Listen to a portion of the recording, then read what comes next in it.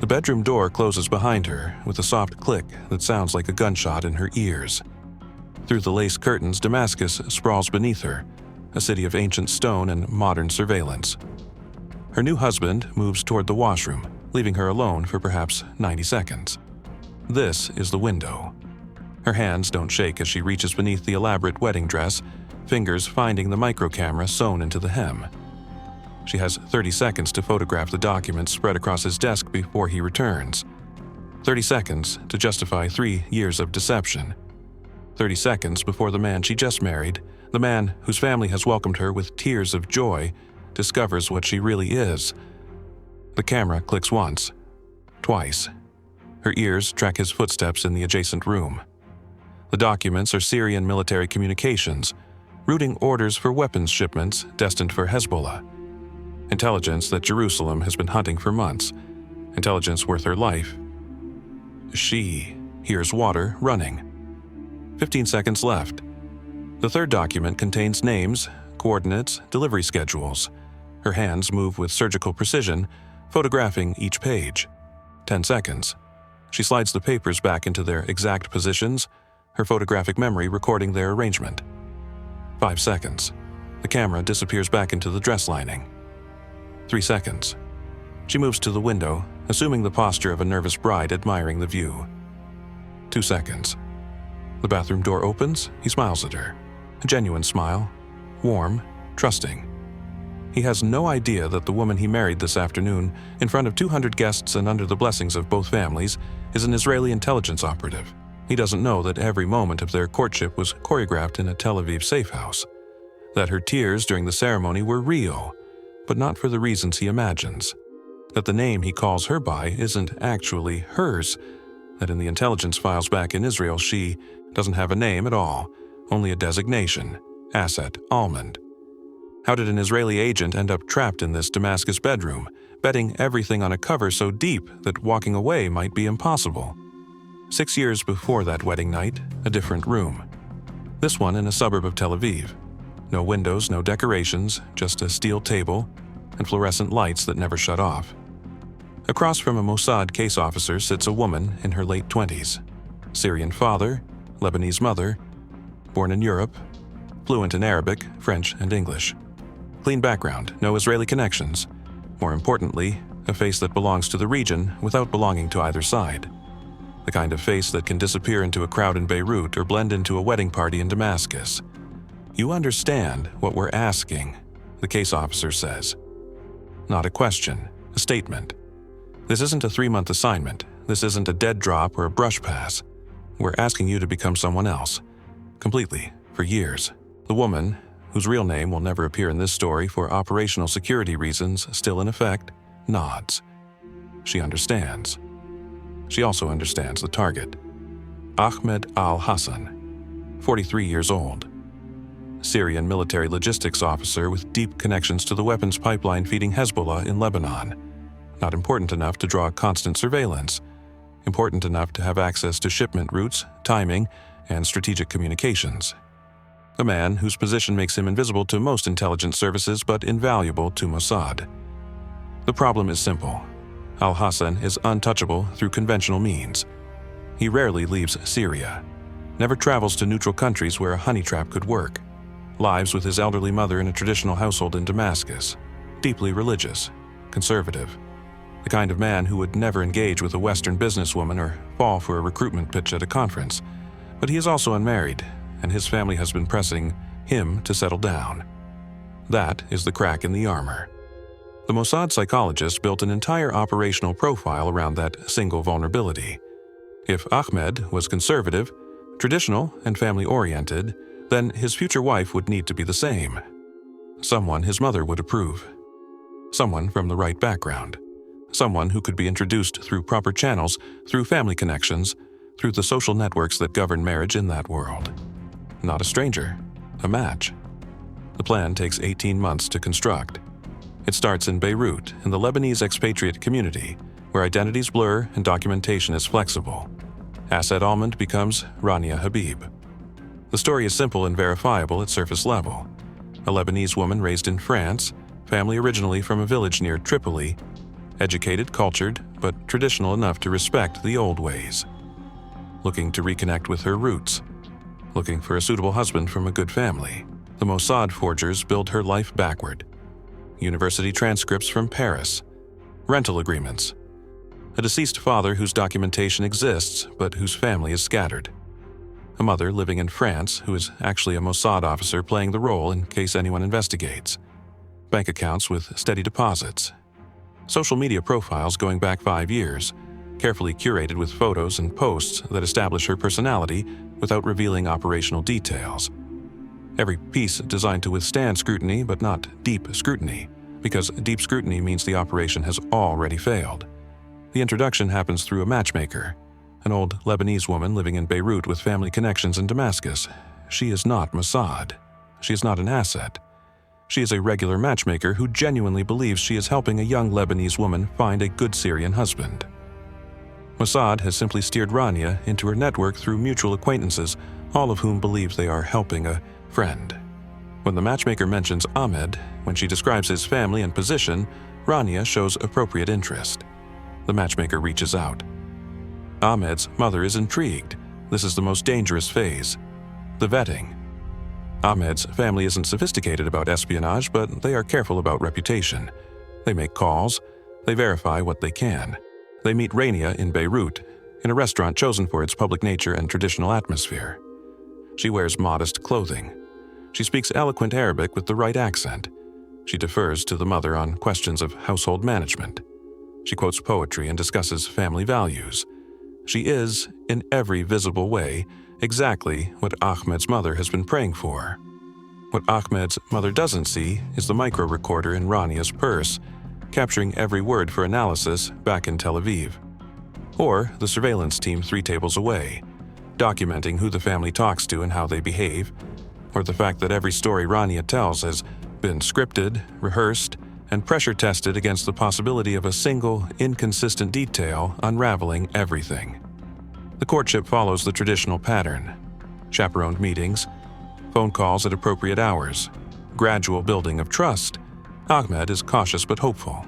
He has seen too many colleagues marry hastily and divorce bitterly. He wants certainty, so does Mossad. Every conversation is an intelligence harvest. Every visit reveals more about his schedule, his habits, his work patterns. Rania never pushes, never asks direct questions. She simply listens and remembers. In Tel Aviv, a team analyzes every scrap of information she delivers. The car he drives, the restaurant he prefers, the cousin he mentions who works in Syrian intelligence, the complaint about increased inspections at the port of Latakia. Each detail gets cross-referenced with existing intelligence and filed for future operations. But the prize is access, physical access to Ahmed's home, to his routine, to the documents he brings home from work because he doesn't trust leaving them in his office. Mossad runs a parallel operation to support the cover. They create digital footprints showing Rania living in Beirut, working part-time for a cultural foundation, attending appropriate social events. They ensure that any inquiry into her background pulls up consistent, boring details. They even stage a minor car accident that generates a police report, because real people have complications and mishaps. Fake people have perfect records. The psychological pressure on Asad Almond is immense. She is living 2 lives simultaneously. In Damascus and Beirut, she is Rania, a traditional woman navigating courtship. In brief, encrypted communications with her handlers, she is an intelligence operative reporting on a high-value target. The gap between those identities creates cognitive strain. Mossad monitors her carefully for signs of breakdown. They know that deep cover operatives face a unique danger. At some point, the cover starts to feel more real than reality. The relationships become genuine. The emotions aren't simulated anymore. This happens faster than expected with Ahmed. He is not the stereotype of a military officer. He is educated, thoughtful, conflicted about his government's actions but trapped by family obligation and patriotism. He listens to Rania's opinions. He respects her intelligence. He falls in love. And she, despite every warning in her training, begins to feel something that isn't entirely operational. Her handler notices the shift during a clandestine meeting in Beirut, 6 months into the courtship. "Are you compromised?" he asks bluntly. She doesn't answer immediately, which is answer enough. "I can maintain operational effectiveness," she says. "That's not what I asked." She looks at him directly. "No, I'm not compromised. But I'm human, and this is harder than anyone prepared me for. Mossad faces a choice: pull her out and scrub the operation, or trust that her professionalism will hold. They calculate the risk against the potential intelligence gain. Ahmed has just been promoted. His access is expanding. The weapons pipeline they're tracking is accelerating. They need someone inside that world, close enough to see the details that signal reports miss. They decide to proceed, but they tighten the controls. More frequent check-ins, psychological evaluations, a quick extraction plan in case she breaks. The engagement is announced 8 months after the introduction, by Syrian and Lebanese standards, a cautious but respectable timeline. The families celebrate. Gifts are exchanged. Rania's fictional mother flies in from France, played flawlessly by a Mossad officer who has been preparing for this single weekend for months. Every conversation, every gesture, every maternal look is calculated to reinforce the cover. Ahmed's mother embraces her, welcomes her as a daughter, trusts her completely. The wedding is set for 6 weeks later. That gives Mossad 6 weeks to finalize the operational plan for Asad Alman's life in Damascus. They establish dead drop locations, communication protocols, supply chains for microcameras and encrypted devices, an escape route through Lebanon if everything collapses. And they give her the hardest briefing of all, the one about what happens when she has to choose between the mission and the man she's about to marry. The marriage is legal, the relationship is real, the deception is absolute. Asad Alman moves into Ahmed's home in Damascus, into the life of a Syrian officer's wife, into a role that has no exit strategy and no timeline. Every day is operational. Every conversation is intelligence.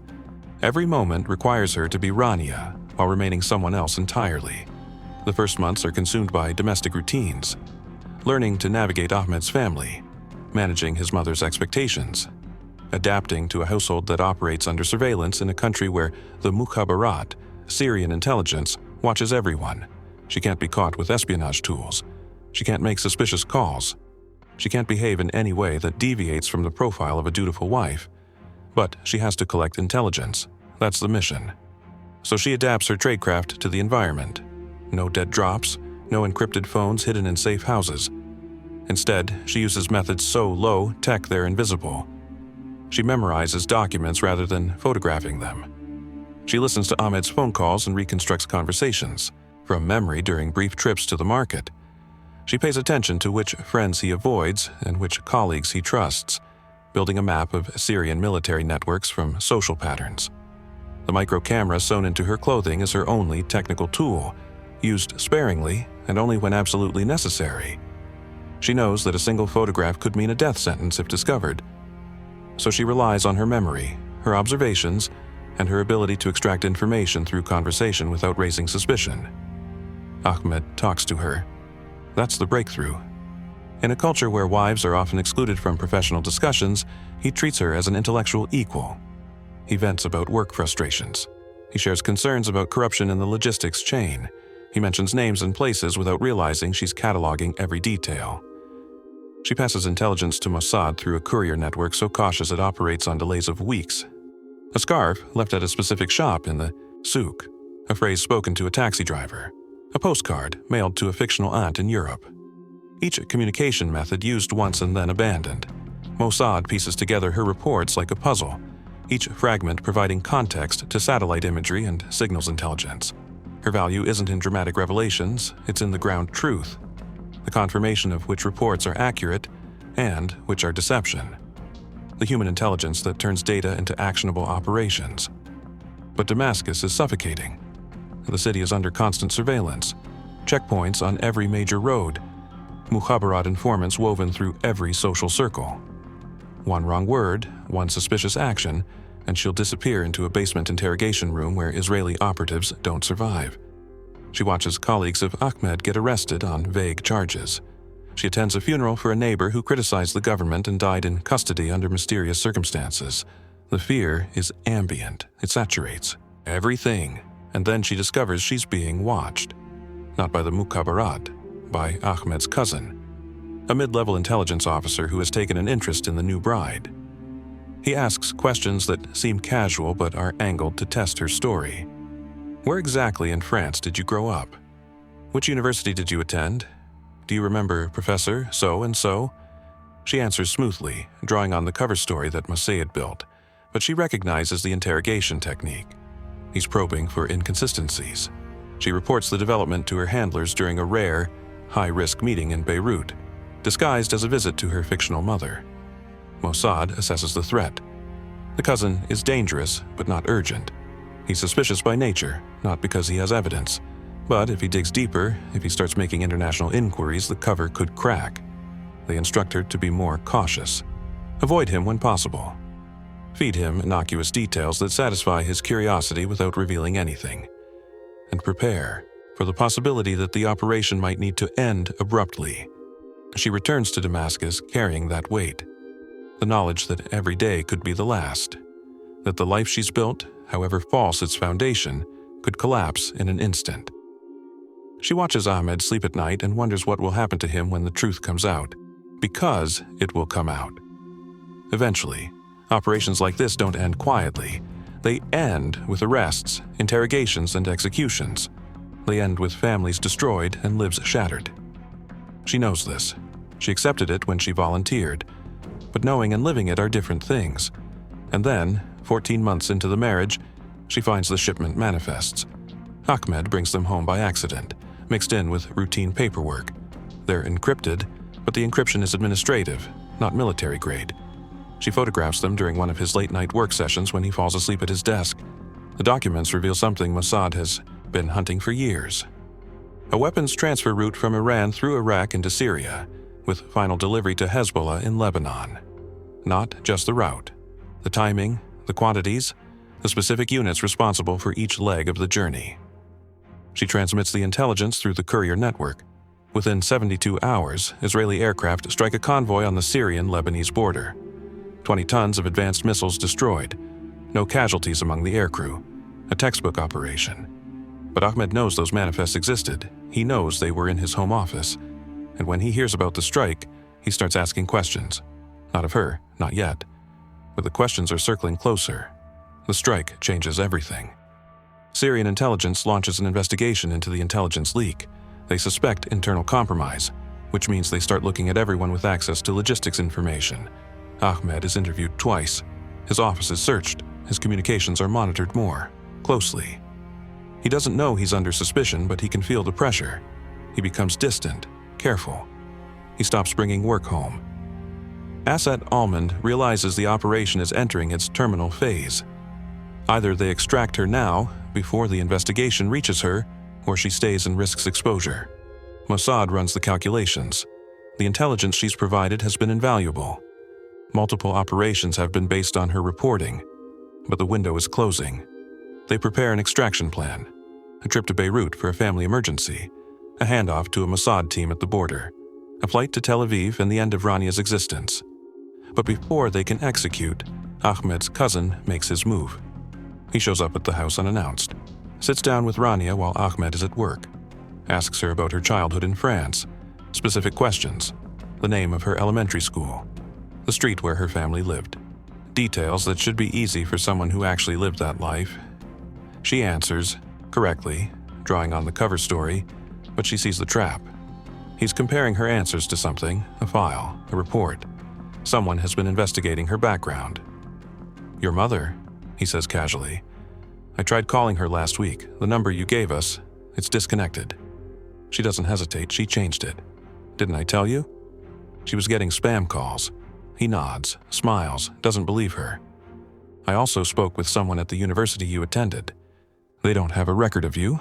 Her heart rate accelerates, but her face stays calm. That's strange. Perhaps they need my maiden name? Records can be complicated with married names. He stands to leave, looks at her carefully. I'm sure it's just a bureaucratic mix-up. But I thought you should know that people are asking questions. About you. About how you came into this family. He pauses at the door. Be careful, Rania. Damascus is not a city that forgives deception. She knows what that means. The cousin hasn't reported her yet, but he will. He's giving her a warning, maybe out of respect for Ahmed, maybe as a test to see what she does next. Either way, her time is measured in hours. She sends an emergency signal to Mossad. a specific phrase left on an answering service in Europe, the kind of signal that activates the extraction protocol immediately. Then she waits for Ahmed to come home, knowing this will be their last conversation. He returns late, exhausted and tense. She tells him she received a call from France. Her mother is sick. She needs to visit immediately. Can she travel to Beirut tomorrow? He looks at her for a long moment. My cousin spoke to you today. It's not a question. She nods. He thinks you're lying about your past. Her throat tightens. I'm not lying. Ahmed sits down heavily. I believe you. I don't know why, but I do. But others don't. And in this country, belief isn't enough. He tells her to go to Beirut. He'll handle his cousin. He'll vouch for her story. He'll use his position to deflect the investigation. But she can see in his eyes that he knows. Maybe not the details, maybe not the full truth, but he knows something is wrong, and he's choosing to let her go anyway. Promise me, he says quietly, that when you get to Beirut, you'll be safe, she promises. It's the only honest thing she said to him in 2 years. The next morning, she crosses into Lebanon with a single bag and documents identifying her as Rania al-Hassan, Syrian national visiting family. The Mukhabarat checkpoint waves her through without incident. On the Lebanese side, a Mossad team is waiting. They drive her to a safe house in Beirut, debrief her for 6 hours, and then put her on a military flight to Tel Aviv. By the time Ahmed discovers she's not coming back, she's already landed in Israel, being processed through a secure facility where Asad Almond ceases to exist and a woman with a new identity begins. But the operation isn't over. 2 weeks after her extraction, Ahmed is arrested. Syrian. Intelligence has concluded that the leak came from his household. They interrogate him for 30 days. He doesn't break because he genuinely doesn't know what his wife was. He believes, until the end, that she was exactly who she claimed to be. They eventually release him, his career destroyed, his reputation ruined, his family shamed. He never sees Rania again, doesn't know her real name, doesn't know that the woman he loved was an invention, doesn't know that his trust was the weapon that compromised his country's security. The intelligence Asad Almond provided resulted in 4 major Israeli operations. Weapons convoys interdicted, Hezbollah leadership targets eliminated, Syrian military communications compromised. By the cold metrics of espionage, the operation was a success, but success in intelligence work is never clean. It leaves debris, human debris. Ahmed's life was collateral damage. He lost his position, his reputation, and his family's standing. His elderly mother died, believing her son had married a spy, a shame she couldn't survive. His cousin's career advanced on the back of suspecting Rania, but the investigation never proved anything definitively because Asad Almond's cover was too good. The ambiguity haunted Ahmed. Without proof, he couldn't clear his name. Without clarity, he couldn't move forward. He exists now in a kind of limbo, neither guilty nor innocent in the eyes of Syrian intelligence. The operative herself paid a different price.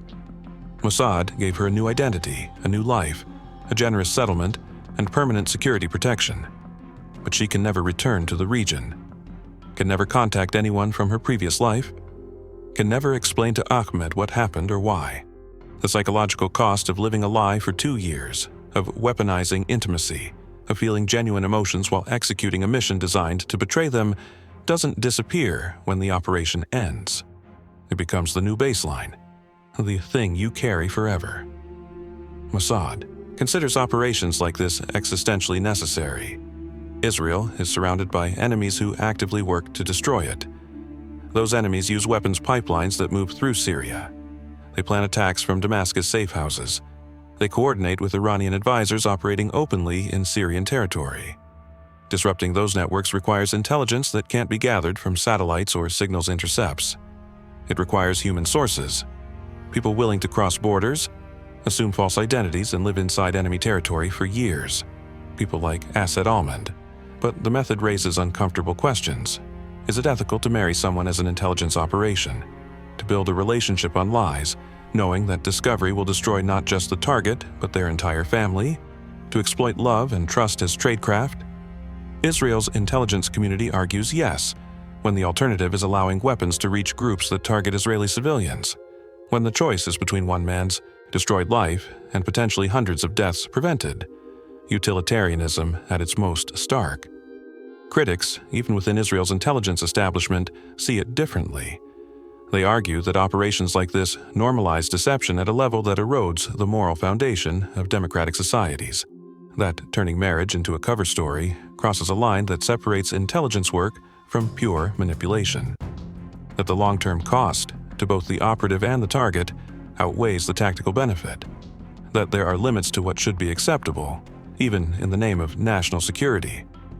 The other question is strategic. Deep cover operatives like Asad Almond are rare. Training them takes years. Running them is expensive and risky, and once they're extracted, they can never be used again. Their faces, their methods, their patterns are burned. For all the intelligence she provided, was it worth the investment compared to other collection methods? Would technical intelligence, satellite surveillance, and signals intercepts have revealed the same information eventually? Mossad believes the answer is no. Human intelligence provides context and confirmation that technical means can't match. But the calculation is always uncertain. What's certain is the precedent. Mossad has run similar operations before and will run them again. Operatives who marry into target families, agents who infiltrate organizations through personal relationships, sources who exploit intimacy for intelligence. It's a permanent part of the espionage toolkit, justified by the existential threats Israel faces. Whether that justification is sufficient depends on where you stand. Inside Israeli intelligence, it's not even debatable. Outside, particularly in countries not facing similar threats, it looks like moral compromise dressed as necessity. Ahmed never learned the truth. Syrian intelligence never briefed him on the details. They couldn't, because admitting that a Mossad operative had penetrated his household so completely would expose their own counterintelligence failures. So he lives with uncertainty, with the knowledge that his wife was someone else without knowing who, with the suspicion that everything he felt was manufactured without being able to prove it. That might be the cruelest part. Not the betrayal itself, but the inability to even understand what was betrayed. And somewhere in Israel, a woman who used to be called Rania lives under a different name. She doesn't talk about Damascus, doesn't discuss the operation, signs agreements that prevent her from ever writing a memoir or speaking publicly. But the memories don't require permission. They're permanent. The feeling of waking up next to someone you deceived, the moment when you realize the feelings weren't entirely fake, the calculation, every single day, of whether to stay or to run, the knowledge that your success is measured in someone else's destruction. That's the reality of deep cover, intelligence work. Not the glamorized version in films, not the heroic narrative of righteous spies defeating evil. Just difficult people making impossible choices in situations designed to have no good outcomes. Just tradecraft and betrayal, and the quiet violence of lying to someone who trusts you. Just the weight of knowing that national security sometimes requires becoming the kind of person you'd normally condemn. If you were the handler running Asad Almond, would you have approved the operation? If you were Ahmed, could you ever trust again after learning what happened? And if you were Rania, could you live with what you did, even knowing it might have saved lives? These aren't rhetorical questions. They're the ones that intelligence professionals face every time they run an operation like this. The ones that don't have clear answers. The ones that define what we're willing to accept when survival is the justification. If this operation opened your eyes to how real spy work actually operates in the shadows, subscribe to Hidden Ops for more true missions from the world of covert intelligence.